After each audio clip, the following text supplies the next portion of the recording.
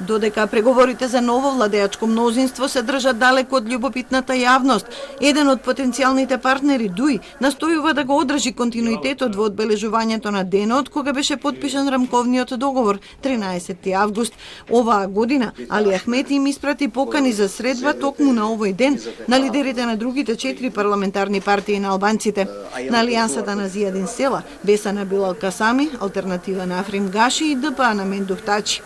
Тие се уште размислуваат како да одговорат на оваа покана, особено што доаѓа во период кога двете најголеми партии, СДСМ и ВМРО ДПМН, паралелно бараат партнери меѓу истите партии на албанците.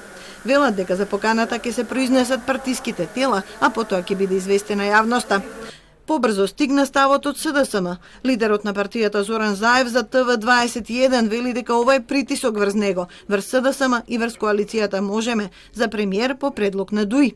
Сепак смета дека е прерано да се говори какво влијание би имал евентуален договор меѓу сите партии на албанците при формирањето на новото мнозинство.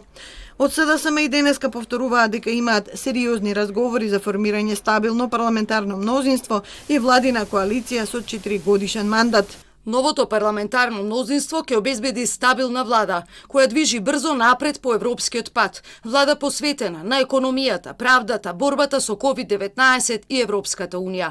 Како одговорна партија, СДСМ води разговори за пронаоѓање на одговорни кадровски решенија, кои се способни посветено и одговорно да работат на остварување на овие принципи во интерес на граѓаните. Во својот мандат СДСМ единствено обезбеди сиромаштија. Над 700.000 граѓани се на работна екзистенција, велат од ВМРО ДПМН, најавуваат влада, но не откриваат со кои партии разговараат.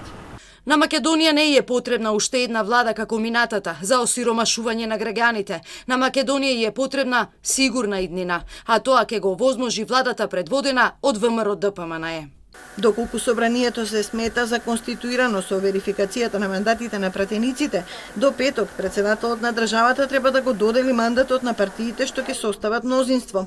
Председавачот со конститутивната седница, екс-председателот на собранието Талат Џафери, се уште не упатил известување до Стево Пендаровски, бидејќи според него, конституцијата на новиот парламент завршува со избор на негов председател.